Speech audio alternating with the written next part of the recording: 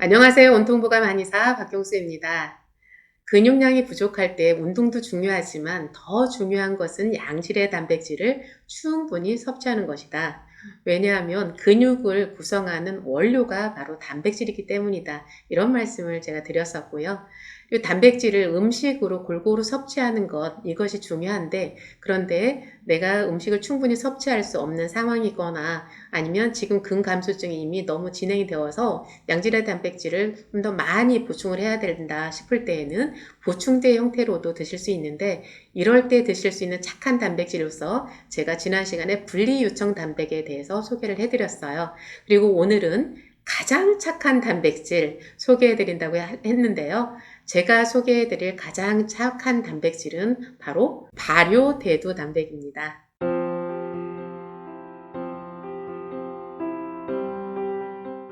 오늘 한 번만 더 복습을 하고 지나갈게요. 오늘 세 번째 이제 말씀을 드리는 건데요. 자, 동물성 단백질과 식물성 단백질의 차이점을 말씀드려 볼게요.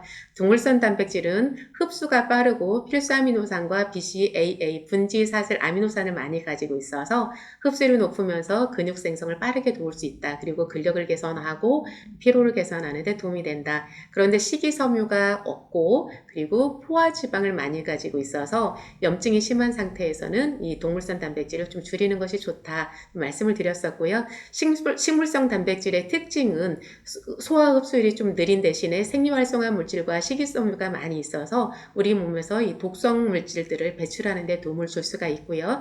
그리고 근육량을 생성하는 데 있어서는 동물성 단백질보다 조금 부족하지만 근육의 어떤 기능을 높이는 데 있어서는 식물성 단백질이 더 좋다. 그리고 불포화 지방을 가지고 있는 것이 식물성 단백질이다. 특징 이렇게 비교해서 제가 설명을 드렸었어요. 자, 그런데 오늘 제가 소개해드릴 이 발효대두 단백은요, 분명히 식물성 단백임에도 불구하고 소화 흡수율이 오히려 동물성 단백질보다 더 빠르고요. 그리고 필수 아미노산이나 BCAA도 동물성 단백질보다 더 많이 가지고 있는 게 특징이에요. 그래서 BCAA 필수 아미노산이 많이 들어있으니까 근육 생성이라든지 어떤 근력을 개선하는 데 있어서도 동물성 단백질보다 뒤지지 않아요. 자, 이런 특징을 가지고 있는 것이 발효대두 단백인데요. 자, 발효대두 단백이 도대체 얼마나 좋길래 이것을 수치화해서 제가 그래프로 하나씩 소개를 해드리도록 하겠습니다. 자, 첫 번째 보여드릴 그래프는 발효대두 단백의 분지사슬 아미노산이 얼마나 많이 들어있는지 이것을 그래프화한 것입니다. 자, 분지사슬 아미노산이란 무엇이었죠?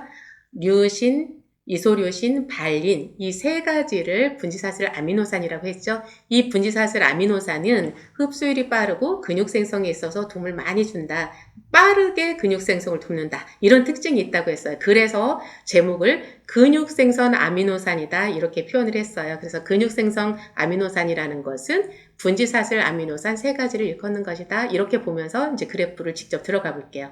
자, 첫 번째는 발린인데요. 자, 발린이 발효대두 단백에는 34.14mg이 들어있고요. 그리고 이제 농축요청 단백, 분리대두 단백, 콩 분말에 얼만큼씩 들어있다. 이렇게 그래프를 보시면 되고요. 이소류신에서도 유독 연두색 그래프만 이렇게 높게 나타나 있죠. 그런데 가장 큰 특징은 이 류신에 있어요. 제가 발린, 이소류신, 류신 이 세 가지 분지사슬 아미노산 중에서도 가장 효과가 빠른 게 효능적인 게 뭐라고 했었죠? 류신이라고 했었잖아요. 그런데 그 류신이 이 발효대두 단백에는 68.56이 들어있는데 그런데 콩가루를 한번 비교를 해볼까요? 노란색인지 콩분말이거든요. 콩분말에는 4.4가 들어있어요. 그러니까 이 류신이 발효대두 단백은 우리가 콩분말을 먹는다고 같은 그람수의 콩분말을 먹었을 때보다 15배 이상이 많이 들어있다는 거예요. 이렇게 근육 생성에 도움을 주는 분지사슬 아미노산이 이 발효된 단백에 많이 들어있다. 류신은 근육 생성뿐만이 아니라 여러 가지 효능이 있다고 했잖아요. 그래서 골다공증을 예방한다든지 항체를 만들고 효소를 만들고 호르몬을 생성하고 이런 데 있어서 굉장히 효과적으로 작용을 하기 때문에 이 발효대두 단백을 이제 근감소증이라든지 골다공증이라든지 아니면 평소에 이렇게 면역력이 떨어진다 하시는지 하는 분들이 많이 드시면 좋을 것 같아요. 자, 두 번째 그래프를 한번 볼게요. 이번에는 발효대두 단백의 그 저분자 단백질이 얼마나 많이 들어있는지 이것을 보는 거예요. 그 발효를 한다고 했을 때 가장 큰 특징이 뭐라겠죠? 발효라는 것은 고분자 물질을 저분자 물질로 쪼개는 것, 이것이 가장 큰 특징이라고 했잖아요. 그래서 이제 저분자 단백질을 얼마나 많이 포함하고 있느냐 이것을 본 건데요. 이제 이 단백질의 크기를 측정할 때 그 달톤이라는 단위를 사용을 해요. 그래서 이제 저분자 단백질이 발효 대두 단백에는 얼만큼 들어있냐 봤을 때 30%가 들어있어요. 그런데 분리대두 단백은 1%, 콩분말에는 3% 정도가 들어있어요. 그러니까 이게 발효대두 단백은 단백질은 단백질인데 분자량이 굉장히 작게 쪼개진 저분자 단백질 형태로 있다. 이렇게 이해를 하시면 되겠고요. 그 다음에 이제 비교를 또 해볼게요. 자, 식물성 단백은 동물성 단백에 비해서 식이섬유나 생리활성화 물질은 풍부한데 필수 아미노산이나 BCAA가 조금 부족한 것이 이제 좀 단점이다. 이렇게 말씀을 드렸었잖아요. 그런데 발효대두 단백이 이 필수, 비필수 아미노산을 얼마나 많이 가지고 있는지 이걸 그래프화한 건데요. 자, 발효대두 단백에는 1623mg이 있어요. 그런데 분리유청 단백이 아니고 농축 유청 단백에는 134.5. 그러니까 동물성 단백이 이 필수아미노산과 AA를 훨씬 많이 가지고 있다고 말씀을 드렸었는데, 그런데 이렇게 발효를 시켜놓고 나니까 이 발효대두 단백은 오히려 농축요청 단백이나 분리대두 단백보다 훨씬 더, 비교 정도가 안 되죠? 한 15배 이상 이게 많이 가지고 있다는 것을 살펴볼 수 있을 거예요. 여기에서 이 아미노산 단계로 쪼개져 있다라는 것은 소화 과정을 거칠 필요 없이 그냥 소화가 된다라는 거예요. 그래서 이 발효대두 단백 속에 들어있는 이 아미노산이라는 것은 그냥 먹으면 바로 흡수돼서 사용될 수 있는 이런 아미노산 양이다. 이렇게 생각을 하시면 될 것 같고요. 그 다음에 이제 여기까지만 해도 이제 발효대두 단백은 저분자로 쪼개져 있고, 그리고 필수 아미노산, 비필수 아미노산 이렇게 아미노산 형태로 많은 부분 상당 퍼센테이지를 차지하면서 이렇게 쪼개져 있단 말이에요. 그래서 소화 흡수율이 높을 텐데 여기까지만 해도.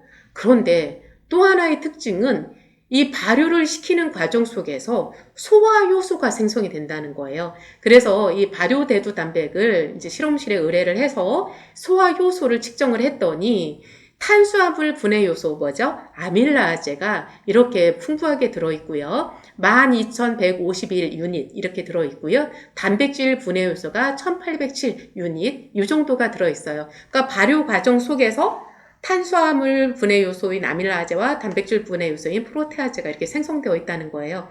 그러니까 저분자로 쪼개져 있고 또 아미노산 단계로 쪼개져 있고 이래서 그냥 소화 요소가 없어도 이미 소화되기 쉬운 상태로 되어 있는데 거기에다 소화 요소까지 들어 있어요. 그러면 무엇이죠? 이 자체의 소화 흡수는 당연한 거고 다른 음식을 같이 먹었을 때 그 음식들의 소화까지도 도와줄 수 있는 것, 이것이 발효대두 단백이다. 이렇게 이해를 하시면 될 것 같아요. 어때요? 발효대두 단백 정말 여러분들도 이렇게 드시고 싶은 생각 들지 않으세요? 자, 제가 가장 착한 단백질이라고 말씀드린 이유 충분히 공감하시죠?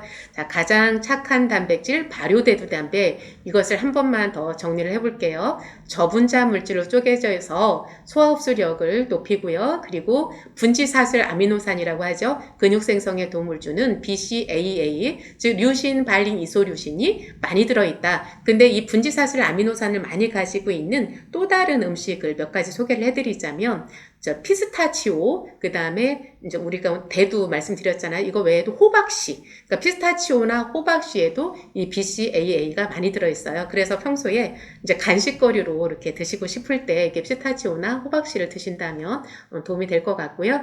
자, 이 발효대두 단백의 세 번째 특징, 필수, 비필수 아미노산 함량이 굉장히 높다. 그리고 거기에다가 소화 요소까지 많이 가지고 있기 때문에 이제 자체 소화 흡수가 높을 뿐 아니라 다른 음식을 먹었을 때 그 음식들의 소화도 도울 수 있다. 그리고 이제 이거 식물성 단백이잖아요. 그러다 보니까 식이섬유나 생리활성화 물질을 많이 가지고 있고 또 불포화 지방까지도 많이 가지고 있다. 이제 여기까지 생각을 하시면 될 것 같아요. 물론 제가 실험한 거는 지방을 빼고 나서 그걸 발효를 시켰기 때문에 이제 지방이 조금 적게 들어있는데, 그런데 그냥 지방을 빼지 않고 콩 자체를 그대로 이렇게 발효를 시켰다고 할 때는 이제 불포화 지방까지 포함을 하게 되겠죠.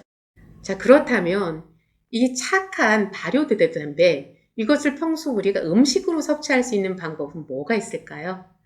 금방 떠오르시죠? 바로 청국장, 된장, 이것이 발효 대두단백이라고 할 수 있는 거예요.